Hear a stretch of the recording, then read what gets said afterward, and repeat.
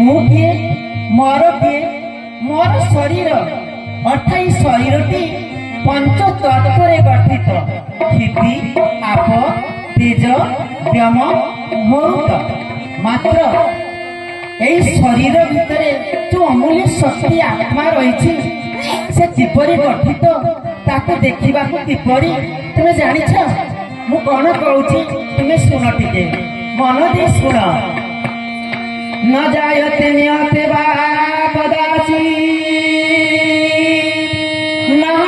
भूत भविता न भूय अज नित्य शाश्वतय पुराण नम्यते अन्य माने शरीर वेदा विनाशिनं नित्य नमेव अजव्ययम् कथं स्वरूप सपार्थ अंघातयति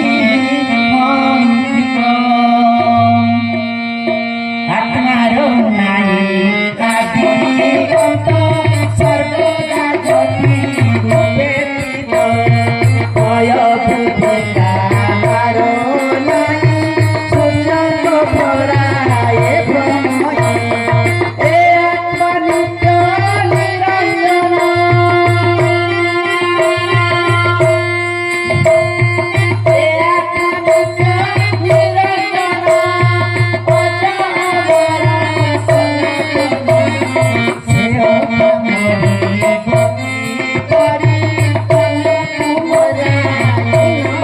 सनातन से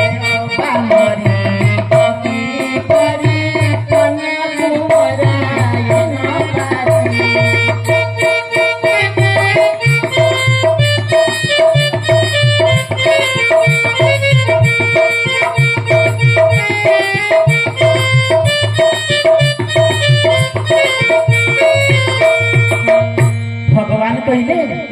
हे अर्जुन जो आत्मा को तुम्हें देखी पारनी देख तुम्हें जेते गर्व कर शरीर पाई शरीर इंद्रिय भितर मु दुईटी आखि तुमको देछि किंतु तुम्हें जेते शरीर को गर्व अहंबिका अहंकार कर तुम्हें कौन निज नेत्र द्वारा निज नयन द्वारा तुम्हें कौन निज को देखी पार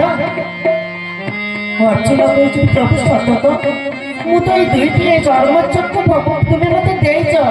मात्र मु तो निजे मोर वास्तव रूप को देखी पारे नहीं ताहले किमिति तुम्हें देख मते दर्पण आवश्यक पड़ी थाए ठीक सही परी परमात्मा कहते हे अर्जुन से जड़े अर्जुन को कहना समस्त अर्जुन को कहते हे अर्जुन तुम आत्मा को देखा कौन करने जान ज्ञान नेत्र आवश्यक ज्ञान नेत्र नहेले तुम्हें केवे निज निज स्वरूप को देखी पार ना तेणु से आत्मा को देखा केमितिका